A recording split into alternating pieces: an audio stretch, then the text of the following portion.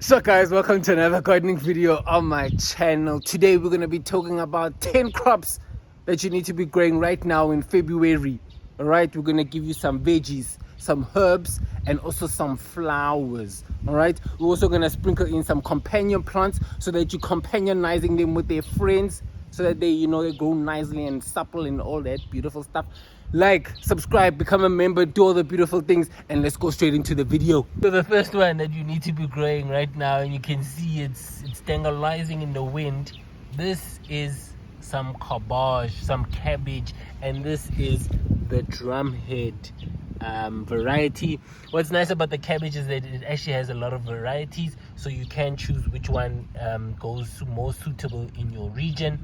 But pairing them up, you should definitely be pairing them up with some marigold. You can see here, this one will really help. Marigold will really help with the pest control. It will keep away all the aphids that like to really stick to the cabbage.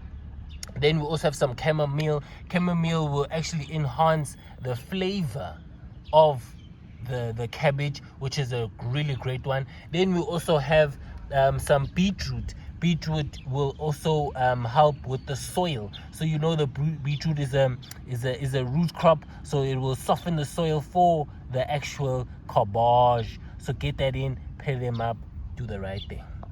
Then next on the list we have another favorite, which is radish. Radish is a really great one to be growing, especially if you're an impatient gardener, because this one, literally within a week you will see some germination. Within 2 weeks, within 30 days, you'll have some harvests from the radish. So definitely this is one of my most favorite crops to grow.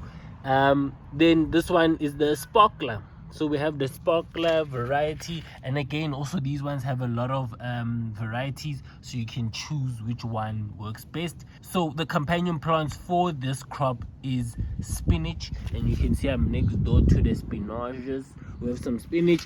Then also lettuce is a great one to be pairing, and then also the peas. So peas, you can literally grow them next door to these radish, and they won't collide with each other, because the radish is below and then the peas grow upwards. So get these all together.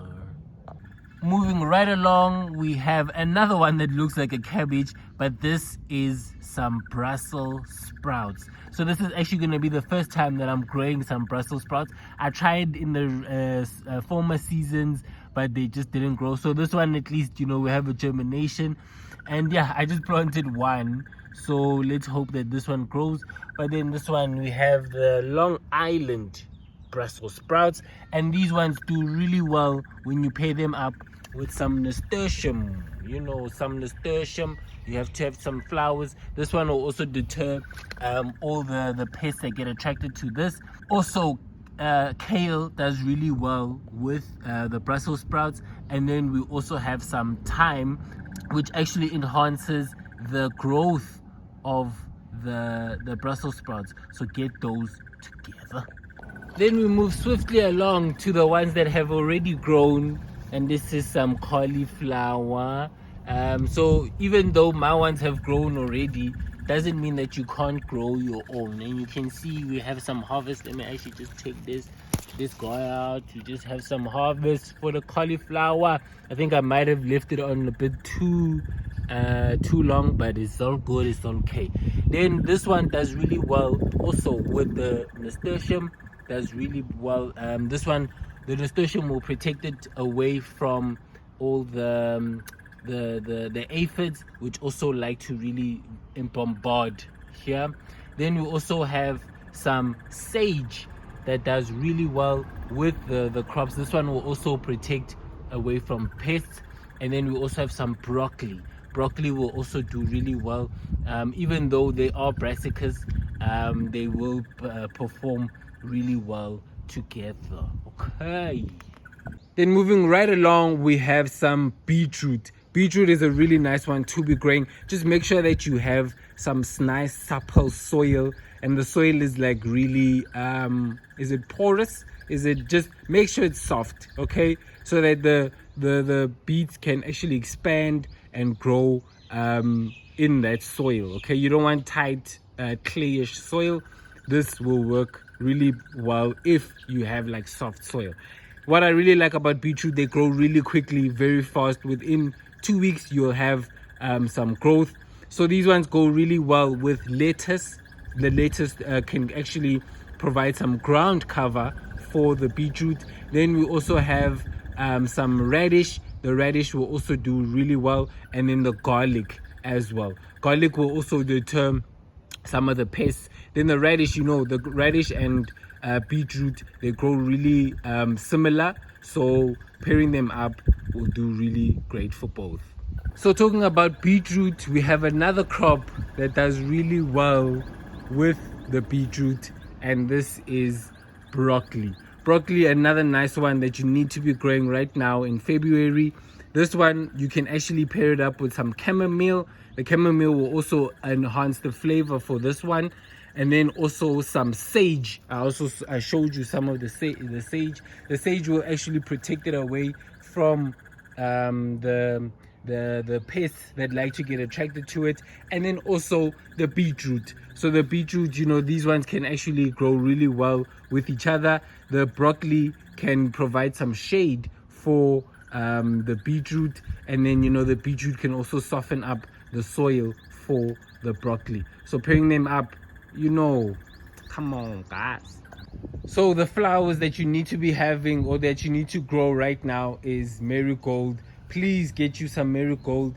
The marigold really helps with a lot of pests. Like, this is why I have so many, but also because it's very invasive, right? So that you don't even have to plant. You literally just have to wait until they grow. They will grow in your garden, just be sure of that. And once all of these die again, then basically they'll start seeding, and then for the next season they'll have more of the marigold. So just be wary of that they do really grow very invasively, and they can take over the garden, but they are really, really good in terms of deterring pests, especially for the brassicas, the cabbage, the cabbage, the Brussels sprouts, all of those.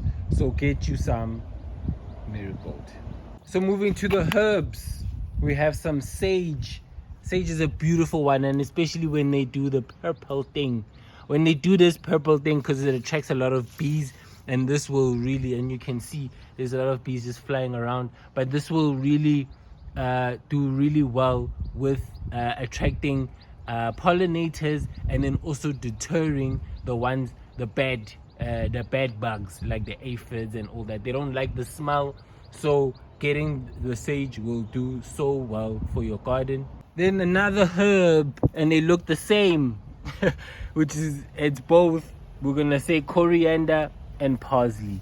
Both are really nice to be growing right now in the garden, and you can see I just need to harvest, but I think the more you harvest, the more comes out of it. Definitely getting these two in your crops can do really nice things for the garden.